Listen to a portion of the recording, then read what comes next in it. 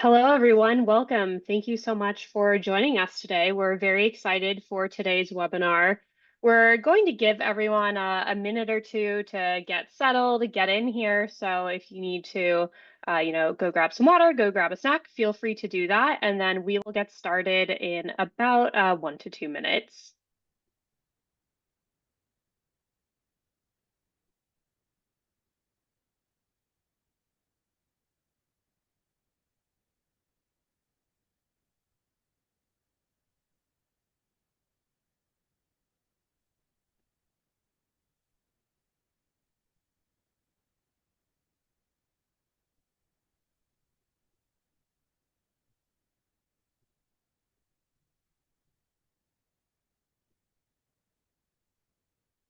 Okay, I'm seeing folks filter in, which is always great to see. Looks like we're going to have a good group with us today. So if you all want to let us know where you're coming from, feel free to drop that in the chat. We always love to see that. I'm based in San Francisco myself, so very rainy day today. I know folks on the East Coast are getting some cold weather. But let's go ahead and get started. Okay. Well, I first off want to make sure that we can orient everyone, let you all know what we will be discussing today. So before we really get into it, I want to give everyone a quick overview of today's session. Just after this, we'll do a quick round of introductions, so that way you can get to know the speakers and panelists who will be joining us today. And then from there, we'll really get into the heart of the content. And we're going to begin by walking through some of those really high level challenges and opportunities that we see at the systems level. From there, we're going to get into some of the survey results. Coursedog and NASH recently ran a survey together where we, really wanted to hear from folks at the systems level, particularly thinking about, how are you all running your academic operations? How are you thinking about, data sharing, some of those strategic initiatives? So really excited for us to dive into that. I think that's going to be a great discussion. And then more towards the end of the webinar, we're just going to spend a little bit of time walking through what our vision here at CourseDog looks like when we think about kind of the future of technology and platforms and how we can really make sure that we're, serving our communities, especially within the systems as best as we can in the future. We'll also have a couple of polls that we're going to launch during today's session. We always love hearing from you all, hearing what you all are working on. And then, of course, we'll leave some time at the end for Q&A. That being said, if you have any questions that come up throughout today's webinar, feel free to drop those in the Q&A function, and we'll definitely make sure that we get to those at the end. And then one last bit of housekeeping business that I always like to get out of the way in the beginning. We will be sending the deck and the recording to everyone at the end, so you will have reference to that. No need to worry about that. All right, well, I think that is everything I wanted to cover up front. So we're going to go ahead and now do our introductions. So hi, everyone. My name is Bridget Moran. I'm our Senior Content Manager here at CourseDog. So really, I spend a lot of my time researching and thinking about academic operations. So all of that good stuff that I'm sure a lot of you all are focused on, how do we create a better course schedule? How do we really make sure we're publishing that catalog? All of those good things. So really excited to be here with you all today, and I'm going to kick it over to Lucy now. Thanks, Bridget. Hi, everyone. My name's Lucy. I'm on our product team here at CourseDog. I've been with CourseDog for about 3.5 years. Previously was working with student success technology, so have spent a lot of time thinking, with institutions of all shapes and sizes, and I'm excited to kind of dig in specifically to systems today. And I'll hand it over to Maureen. Good afternoon, everybody. It's really great to be here with all of you. My name is Maureen Heacock, and I became the University Dean for Records and Executive University Registrar at City University of New York, CUNY, in July of 2024. So I've been there for a little less than a year and a half. CUNY is comprised of about 26 separate institutions spread across New York's 5 boroughs and serving nearly 250,000 students through its community colleges, its senior colleges, its professional schools, and its graduate programs. So we have a student information system that is sharply segmented in order to reflect the separately accredited status of those schools. And that also affects a lot of our academic technology toolkit. Prior to that, I spent about 15 years serving as the University Registrar of Antioch University, which is a much smaller institution, much smaller in size and scope, but also it is singly accredited, which makes it quite distinct from CUNY. And that's some of the kind of range of experience that I'm going to try to pull on today in order to talk about our systems work.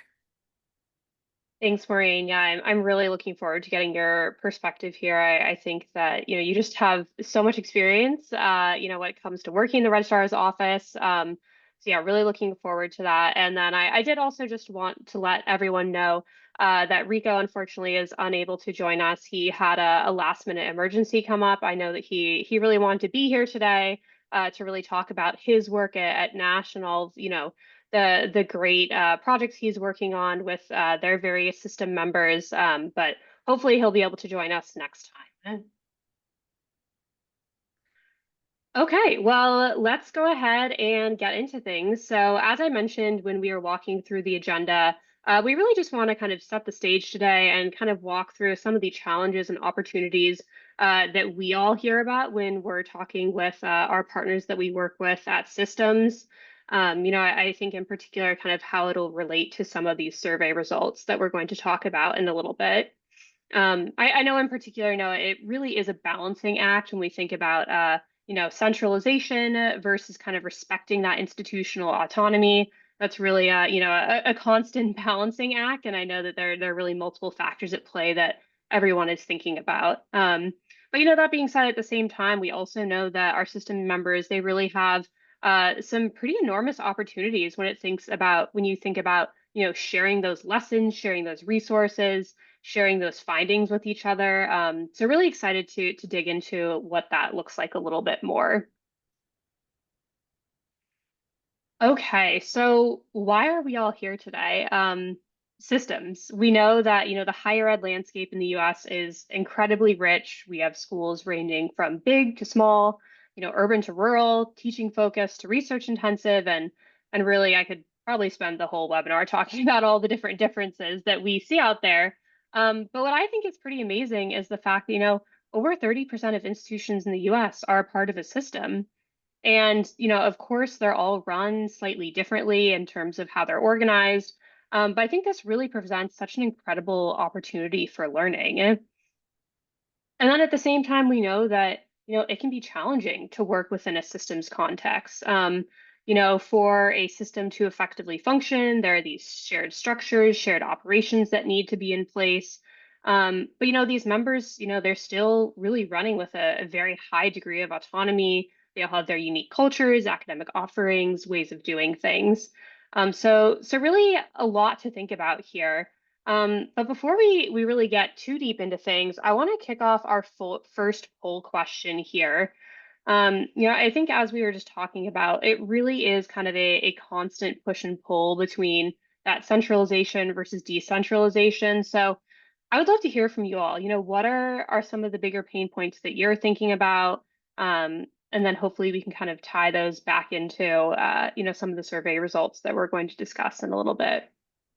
So we'll leave this open for about 60 to 90 seconds. I know it kind of takes a minute to type in your answer there, so we'll leave it open for a little bit, and then we'll go ahead and share out some of those results.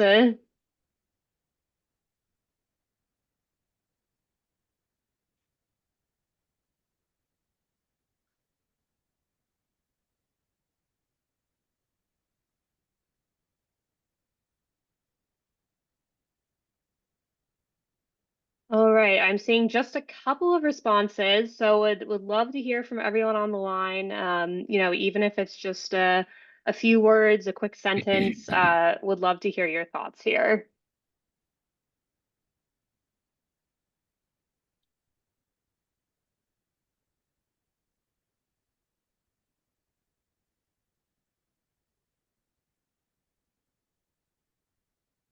Okay, we'll keep it open for about another 15 seconds or so. It looks like we might have a shy crowd here. I'm not seeing too many responses coming in yet. I guess, no one wants to air their dirty laundry. So I do understand that, but we'll still have a good discussion here.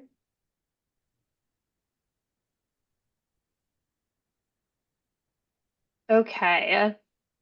Well, we just closed out the poll here, so let's go ahead and see what some of the answers here. So I'm seeing a couple here on my screen that I'll go ahead and share with everyone. So one, redundant systems. Yes, I think that's a huge one. I think that probably resonates with a lot of folks in the line.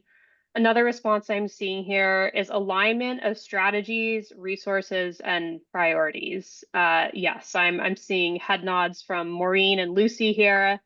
And then another one I'm seeing is history of parochialism. Yes, yes, absolutely.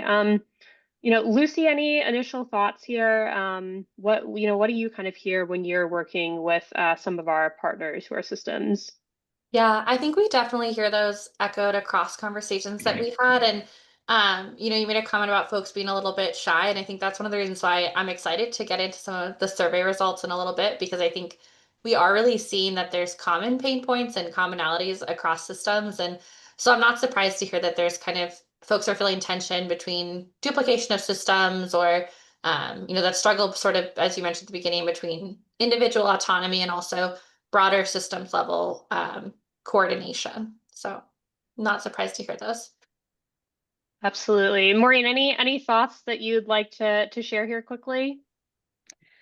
Yeah, I mean, I think the alignment of the alignment of strategies is such an important one because, in order for us to really operate as a system, we all have to have some kind of a shared framework for where we're all trying to go together, and so having an ability to do an important strategic planning process and have sort of strategic goals that the whole university system has embraced, and then being really explicit about aligning individual individual college and school goals within those, I think is one of the most important things that can be done in order to keep everybody kind of moving in the same direction. Absolutely. Yeah, definitely.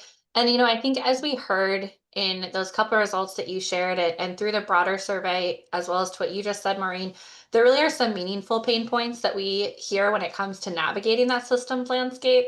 This is true, obviously, at both the individual institution and the systems level. And so what you'll see on the slide here is some of the ways that these different altitudes of local campus to overall system relate to each other. So for example, tedious and sometimes granular compliance reporting at the systems level can, for local campuses, translate into that sense of duplication or redundancy, as each campus may have one or even many stakeholders working to individually gather data simultaneously.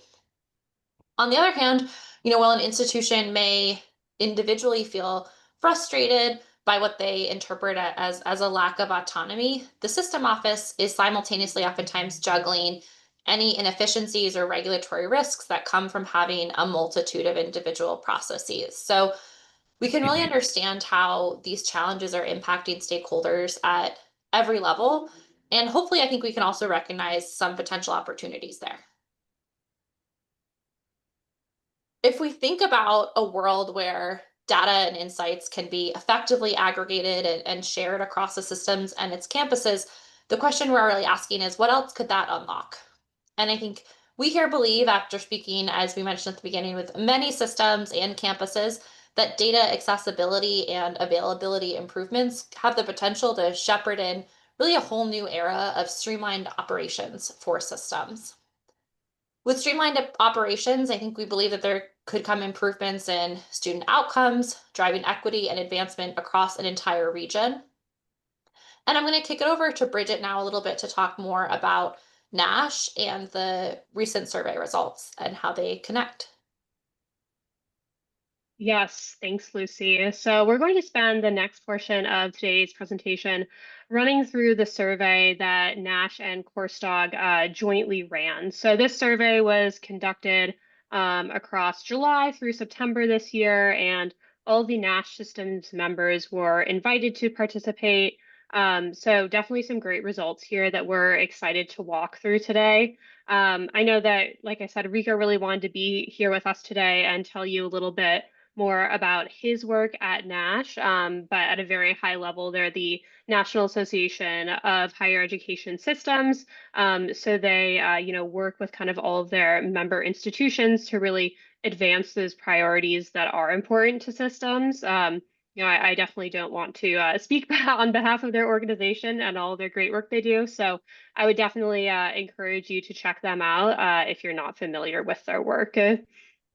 But that being said, let's go ahead and get into the survey results here. So the first question that we asked in the survey that you see on this slide was really focused about the current culture of data sharing across institutions within a system. And, I think the results are not super surprising here, with the majority of the respondents falling really into kind of the middle here of this question, and really report that their data sharing efforts are moderately collaborative. So of course, they are sharing some data, but in a lot of cases that might look like just like where it's required when you're thinking about maybe compliance, benchmarking, or other mandated efforts where it's really imperative to make sure that that data is being collected, in that centralized location.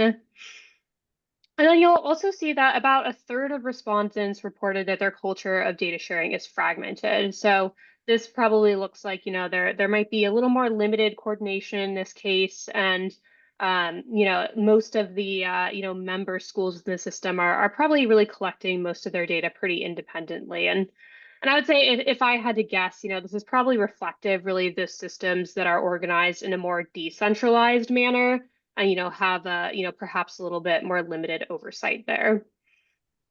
And then finally, just 13% of respondents reported that they have highly collaborative data sharing, where they're really learning from each other and identifying those opportunities. So I think that's probably not too surprising, if we just think about how difficult data sharing can be, right? Particularly when we're working within such large and complex organizations like systems. But Maureen, I'd really love to get your take now on this slide. Can you tell us a little bit more about your approach to data sharing at the system level, particularly when thinking about your work within the registrar's office? Is there any particular current data sharing project that comes to mind that you're working on, or an opportunity that you're looking into? Yeah, data sharing is so critical for so many reasons. It gives us a common ground for analysis of concerns or challenges. It gives us accurate system-wide reporting with impacts for compliance or grants or marketing or rankings, all of those kinds of things. It can foster innovation and collaboration that can really benefit students and help us run efficient system-wide operations. So at CUNY, I would, still being fairly new to CUNY, I would put us in the 13% of highly collaborative, because we have a very, very strong office of applied research, evaluation, and data analytics, which makes available a wide range of Tableau reports that can be accessed by lots of people across the system and can be filtered down to either individual colleges, grouped by like characteristics, so all community colleges, or all colleges with an accounting major, or all colleges in the Bronx. And, or it can be run wide open for ease of comparison on a number of different metrics. And the ORITA folks, this Office of Data Analytics, are really diligent in providing really clear definitions that support schools using the data to reach accurate and achievable goals or targets. And it gives us a sense of transparency that really fosters collaboration between schools to learn more about how certain results may have been achieved, and and it's also been used to make strategic decisions at one school by looking at consideration of data from another school. For example, like which nearby schools are offering certain competing or feeder programs, and how are those programs doing? And that kind of information can help, the homeschool basically make decisions about how they manage their resources. So I just think there's a lot of ways in which it really supports really strategic decision making across a system. Yes, I really love that framing of strategic decision making. I know that there's a survey result that's going to be coming up later that talks about that. So yes, I think that you are probably absolutely on the same wavelength of a lot of the folks who also took this survey. Mhm. So I wanted to highlight a couple of areas, that we're thinking about when it comes to opportunities for data sharing. I think that, this is probably an area with endless opportunity. I think folks on the line could probably brainstorm a whole list here. But specifically on this slide, I wanted to call out some of the areas that relate to academic operations. And if you're not familiar with the term, at the highest level, we think of academic operations really as all of the functions that go into delivering the academic experience. So this can really include a whole range of processes from creating the course schedule, managing those curriculum proposals, running assessment cycles, publishing the catalog, and really so much more. But you'll see that some of the areas highlighted on this slide are really getting at what could some of those opportunities within academic operations look like.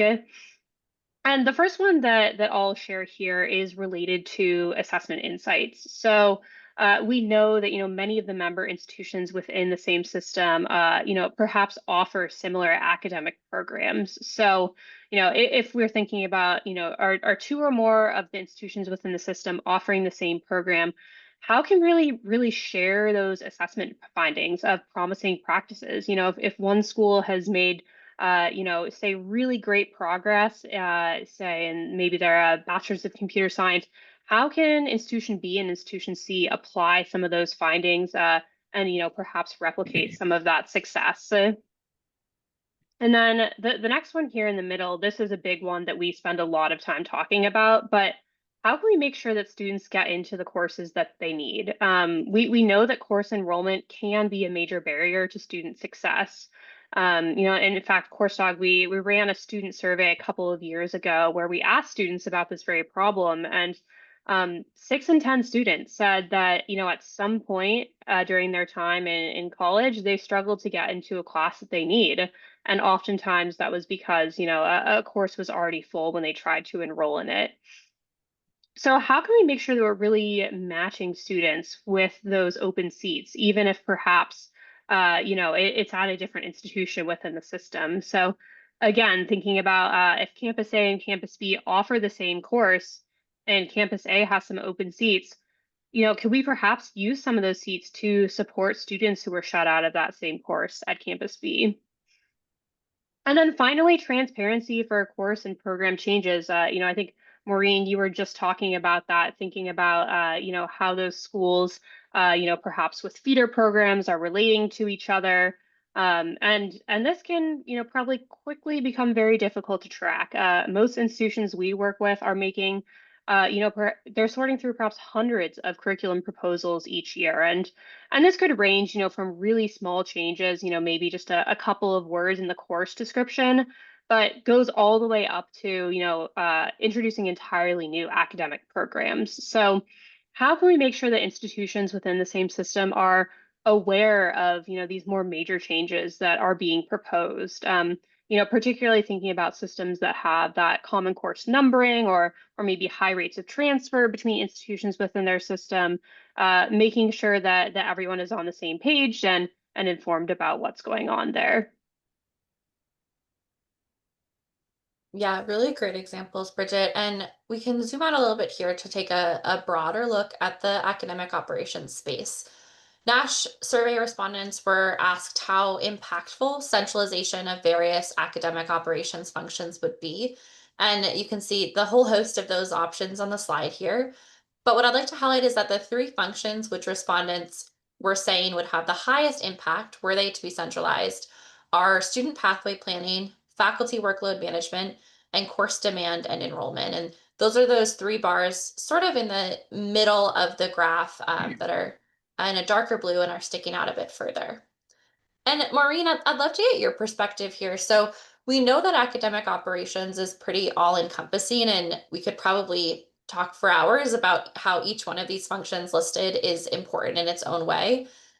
That being said, from your perspective working with CUNY and other institutions, can you share with us maybe one example or one area you're currently focusing on? So is there a project you're currently working on related to academic operations where you see maybe an opportunity for big impact?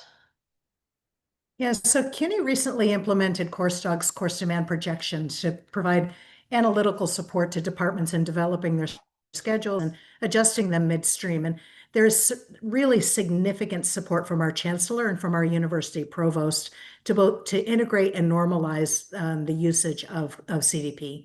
We really firmly believe that widespread and consistent use of this tool will help all CUNY schools improve their ability to know what classes to offer, how many sections to offer, what time of day, what modality would reach the largest number of our students, and how to help avoid conflicts and bottlenecks. The ability of course demand projection to help departments anticipate those needs, as well as monitor demand in real time to be able to make necessary adjustments on the fly. We really think will allow the course scheduling process to be far more student-centric, and we really hope and believe will lead to faster and higher rates of degree completion. So we're super excited about the way in which we've been not only implementing, but really embracing the CDP tool, and we're excited about what it can bring for us. Yeah, that's fantastic. Really excited to hear that. And I think you already started to list some of kind of those early best practices, but would love to then build a little bit on what we see on the slide here, thinking about what are some best practices for driving impact with academic operations. So all the way to the left, we see item one, which is building automated workflows that can support potentially shepherding articulation agreements between partner institutions. This can support in preventing proposals from being stalled out or being stuck in administrative limbo. In the middle, we have item two, supporting transfer pathways by clearly defining ownership of creation, revision, and publication. And this ensures that prospective and matriculated students alike kind of both have the most up-to-date information when they need it. And those two are obviously related a bit more to the curriculum management process and more closely tied to, I think, the example you gave, Maureen, around course demand projections is this third item around faculty workload transparency. And obviously there's an inherent relationship between course scheduling and faculty workload. And so item here is really to think through driving workload transparency by ensuring faculty, departmental administrators, and academic leadership all have a really clear line of sight into the full scope of a faculty member's workload.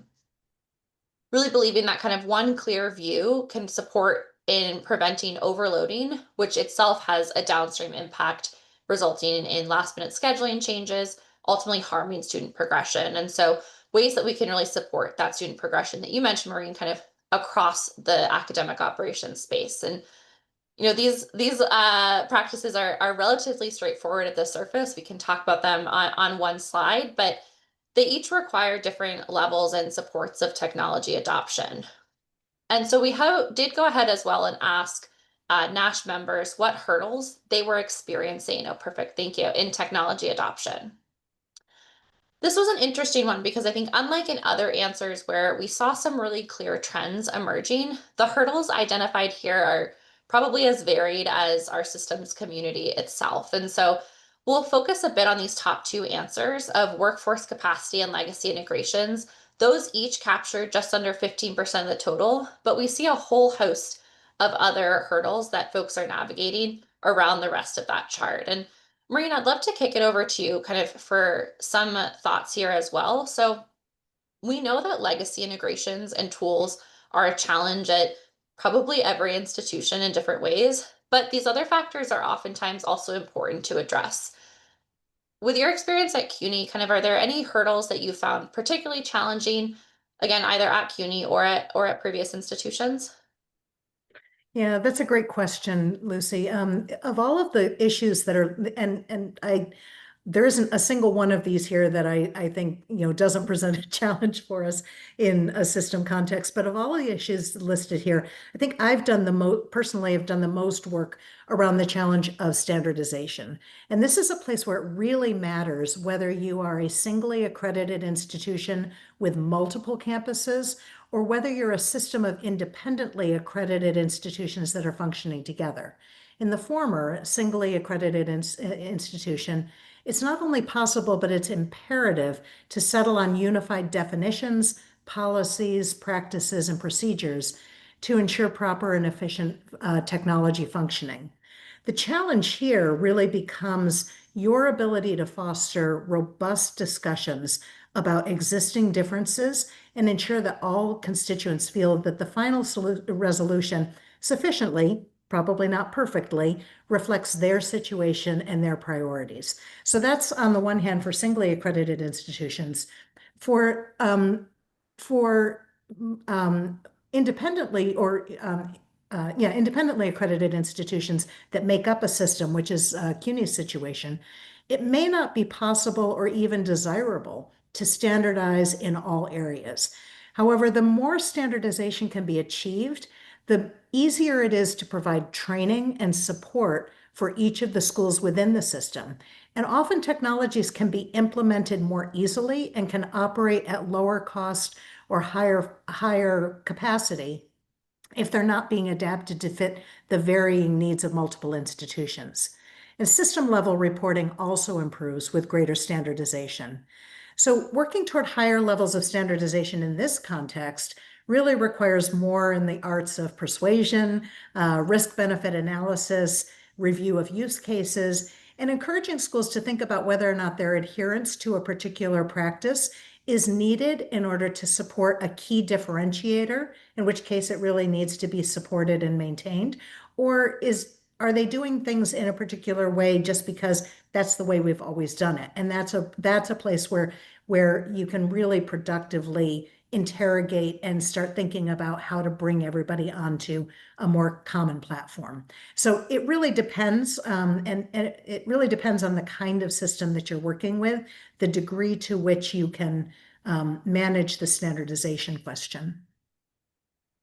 I think that's such a great point there, Maureen. And I know that we just talked about, really some of the hurdles that systems face. So I'm excited to get into these next two slides here, since I think we're really going to kind of, look towards the future, look towards some of those opportunities that we all are hoping to take advantage of here in the near term. So this slide here really focuses on what tools and resources we think are most critical to achieve those system-wide goals in the next 2 years. I think we could probably make the case that all of the choices represented on this pie chart are important. And I think, similar to what Lucy was saying on the last slide here, I think that survey respondents felt the same way. You'll see that, all of these answer choices here, none of them got more than 20% of the respondents choosing them as the most important one. However, that being said, predictive analytics platforms really rose to the top here as the #1 selected answer choice. And, I think this isn't very surprising given how much buzz there is right now around predictive analytics. Definitely a lot of promise, I think, that could be potentially realized there. And, I think that new analytics, they do have a lot of potential there, flagging risks before they become a problem, illuminating areas for improvement, or maybe even just providing insights that were extremely hard to gather previously. They required a lot of digging through the data, folks with specialized skills, just a lot of effort went into acquiring those insights. And you'll see here that for the next most popular choices, transfer and mobility tracking tools were really tied there along with staff capacity for data integration and analysis. So I think you can see here across the areas represented in this pie chart, there's definitely a lot related here to data initiatives in one way or another. So Maureen, like I was just saying, I think predictive analytics have definitely been kind of the hot topic of the moment, and really for good reason. However, we know that they really aren't widely used yet. I think a lot of folks are still kind of in that exploration and adoption phase. But I would love to hear from you, Maureen. What areas within the registrar's office do you really think could benefit most from predictive analytics? Yeah, that's such a fun kind of blue sky kind of question. Like, what could we improve with this if we had the tools to do it? I've just spoken about CUNY's work to implement course demand projection to support CUNY schools in building student-centric, efficient class schedules. But there's a couple of other areas that I think would just be fantastic to be able to use predictive analytics to be able to do. For example, to anticipate the student trajectories toward graduation, to be able to make realistic resource allocation decisions, not just for courses, but for all of the student-facing resources that are needed in order to support a student from start to finish. Additionally, in systems such as CUNY, where community college students frequently transfer to senior colleges for their bachelor's degree, or where undergraduates often are applying to a different CUNY school to continue on with their master's, predictive analytics that would help us anticipate the most likely transfer or transition pathway. If we had some insight into that on an individual student basis or aggregate student basis, it would really help us to better promote and support those actions and increase their likelihood of success. So those are a couple of areas that I just think would be super fun to explore and to see if there are ways we could better support those kind of actions. Yes, I love those. Okay, well, getting back to strategic priorities, Maureen, you called it out here from the beginning. So we are finally here. But the final question in the survey that we asked folks was really about which functions managed at the system level are most critical when you're thinking about, achieving student success and really getting to that operational efficiency. So the graph here shows the average rank of importance for each of these functions, with 1 being the most important and 8 being the least important. And there was a pretty clear winner here. You'll see highlighted in purple at the bottom of the graph, with setting strategic priorities and transformation really being the most highly rated role here, which makes a lot of sense to me. I think systems really do have a lot of opportunities to help set that vision, set those priorities, and then really provide that support and framework when it comes to actually, achieving those goals. So I think this is really great. Definitely a lot of big opportunities here when it comes towards working towards those collective priorities and operationalizing how those goals are achieved. And this really just makes me think, there is a lot of great work being done right now.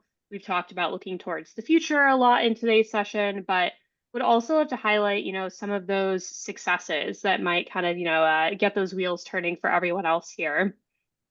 So, Maureen, when thinking about your work within the registrar's office, what is one thing that CUNY does really well that you think folks on the line could learn from? What other advice would you give other systems who are perhaps hoping to achieve similar successes? Yeah, so it might be a little bit more instructive for me to talk about one of our highest priorities, even if it would be a little bit of a stretch to say that it's something that we're currently doing really well. But I think we're making really great strides in this area precisely because it has been so clearly articulated as a top institutional strategic goal, and that is supporting students in their ability to transfer among schools. A system within systems, particularly a system like CUNY, where the system is uh, so geographically compressed. But even with other kinds of systems, I do think that that our ability to support a student moving within the system is really, really important because we need to support that student as their needs and academic goals expand and change. So at CUNY, we make heavy use of a transfer tool called T-Rex that makes it really easy and reliable for students to see how their credits transfer to other schools and other programs. We've also created systems that support timely course equivalency review and policies that protect established equivalencies so that students can really rely on the information that they've been given. We've developed policies regarding common pathway courses to guard against credit loss when transferring between schools. And like many systems, and I'm guessing people may experience this here, we have non-CUNY students that find it much easier to take CUNY classes than a CUNY student who wishes to take a CUNY class at another CUNY school. It's a whole thing that is complicated for these students. And we are working on improving and streamlining that process, which we call e-permit, to open up more options to allow students to achieve their academic goals more readily. And it's really vital that schools within a system adopt a whole system kind of perspective to ensure that student success is paramount as opposed to the primacy of individual school metrics such as enrollments. And that can really occur when this perspective is consistently articulated at all levels of leadership and when policies and tools are developed explicitly to support this part of the student journey. So while CUNY certainly is not perfect in this regard, and we have a lot more work to do, I would say that we are making really important strides in that area because we've identified it as so critical to our students and our operations. Yes, thank you for sharing that. That sounds like all very important work that CUNY is pursuing right now. All right, and I'm going to turn it back over to Lucy now to just share a little bit with us about kind of how we're thinking about this at Coursedog, and then of course we'll leave time for everyone to do Q&A at the end. Awesome. Thanks, Bridget. Just wanted to share a little bit more about Coursedog and how we're thinking about advancing some of the operations that systems have available to them. So for those who don't know, Coursedog at a high level provides academic operations technology to systems across the United States. And we've really heard across our conversations and research the pain points that have been echoed on the call today, and wanted to share a little bit about how we're exploring tackling them in several core ways. One, you'll see here a centralized curriculum dashboard, and this really would provide system administrators as well as local campus administrators with a one-stop view into curricular processes across campuses.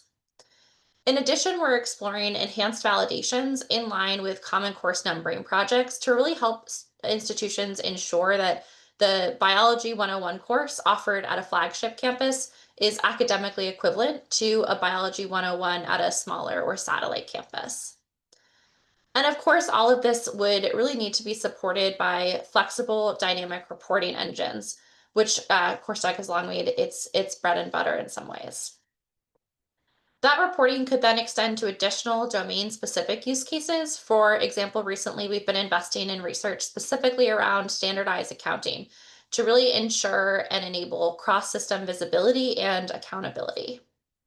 We've also heard from institutions that hierarchical validation of programs is a critical workflow.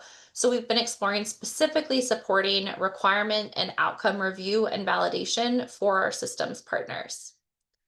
And as with all our offerings, dedicated role-based permissioning would underpin each of these extensions, ensuring that sensitive information is protected.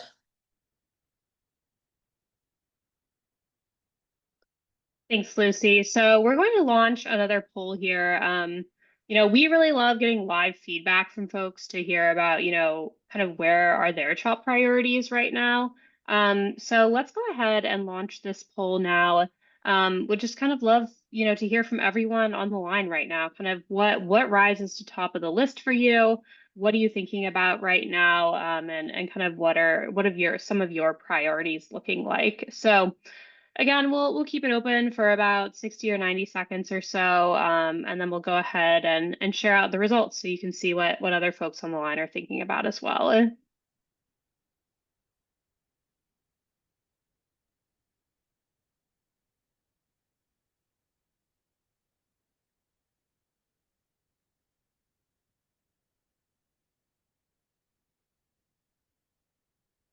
Okay, I'm starting to see a few responses trickle in here. It looks like we're still waiting on a few folks to go ahead and give their feedback here, but definitely interesting to see here. It looks like a number of different ones folks are interested in pursuing.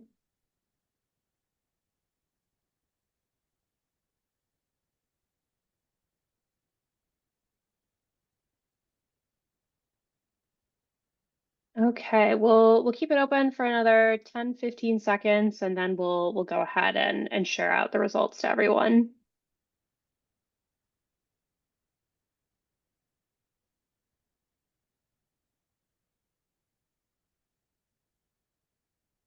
Okay, this is looking great. Okay, so we just closed out the poll here, and I believe everyone should be able to see the results now. Okay, so centralized curriculum inventories. Yes, that is a big one here. Lucy spends a lot of her time thinking about the curriculum and catalog, so I'll let you give some comments there. Yeah, thanks, Bridget. I think I'm not surprised to see this at all. It's definitely something that has come up in conversations I've had, and it also really connects in my mind, I think, actually to what Maureen was just sharing around this broader the systems mentality moving towards what is the student success outcome and how are we driving support for students, whether they want to enroll at campus A or campus B, how can we kind of get them to that credential and ultimately support them in outcome achievement. And so not surprised to see that that's a top item that's feeling top of mind for folks on the line. I think it speaks towards the broader mission of our educational institutions. Yes, absolutely. Okay, well, we are almost at Q&A here. I know Lucy was just talking about kind of really some of those opportunities at the system level, but I really want to close out today's presentation by hitting on some of those, equally important topics, and that is thinking about innovation at the individual campus level. So we know, of course, each campus really has that distinct brand, that distinct culture, those distinct needs.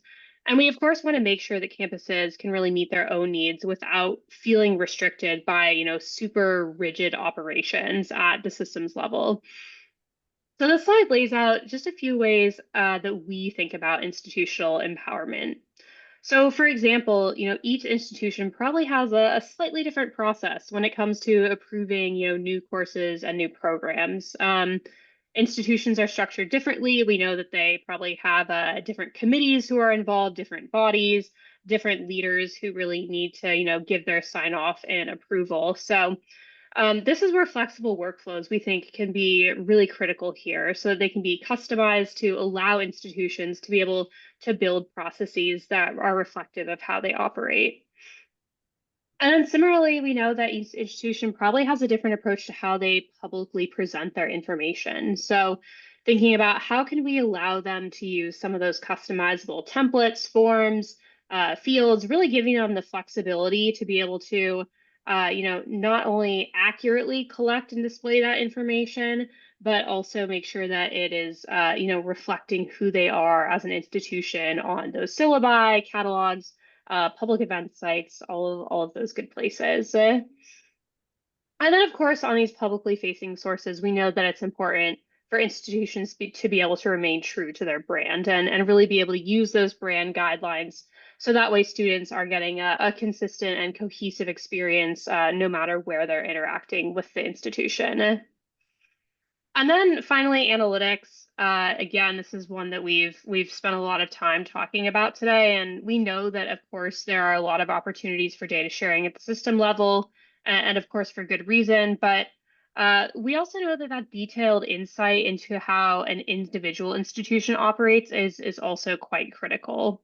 So leaders should have access, to those insights, such as where are those bottlenecks in the course schedule, where are students stopping out of programs at higher rates, and where can we make progress on some of those accreditation action items.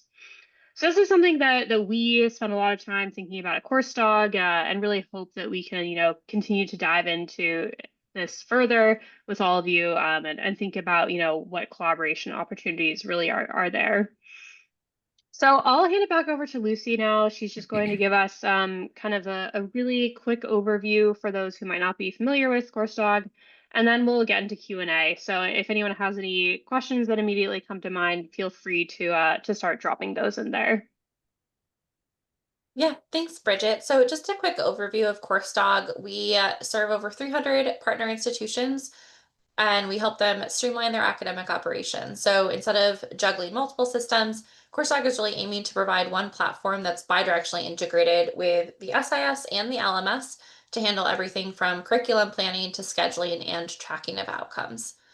Goal really is that having all this data in one place can empower folks to spot trends they might miss otherwise, such as some of the examples we gave earlier, as well as things like which courses students really need to graduate or how programs are performing overall. And since solutions from Coursedog only require a single integration to the SIS and LMS, it's easy to sort of start with what you need and then expand with time. Great. Thanks, Lucy. Nice and short and sweet and to the point, which is always wonderful. Okay, well, it looks like we have just under 10 minutes left here for Q&A if anyone has any questions. So feel free to either drop those in the chat or the Q&A function, and we'll get to those. I know it seems like we've had a little bit of a shy group today also, so if you want to reach out to us individually afterwards too, we'll have a slide with everyone's email on it at the end, so you will also have access to that.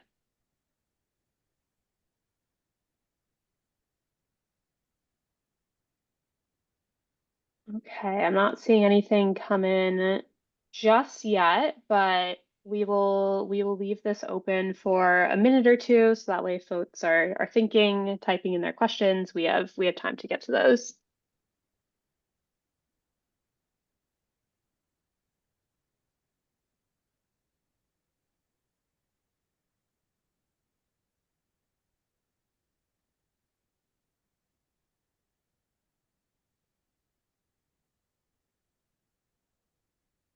All right. Well, I'm not seeing any questions come in just yet, so maybe everyone's like, I need a minute before my next meeting. Totally get that. So we will go ahead and wrap up now. We have just one last final poll question here, just for anyone who's interested. That way we can make sure we can reach out to you afterwards, get any questions answered that you might have. So a simple, quick yes or no here.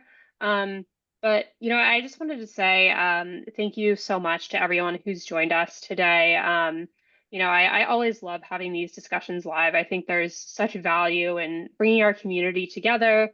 I know I always learn things that, I would never be able to learn through a quick Google or chatbot search. So I always really enjoy this a lot. And in particular, I want to give a big thank you to Maureen. Thank you so much for joining us today and sharing your insights. I think it's so valuable to hear from folks who are working in the field.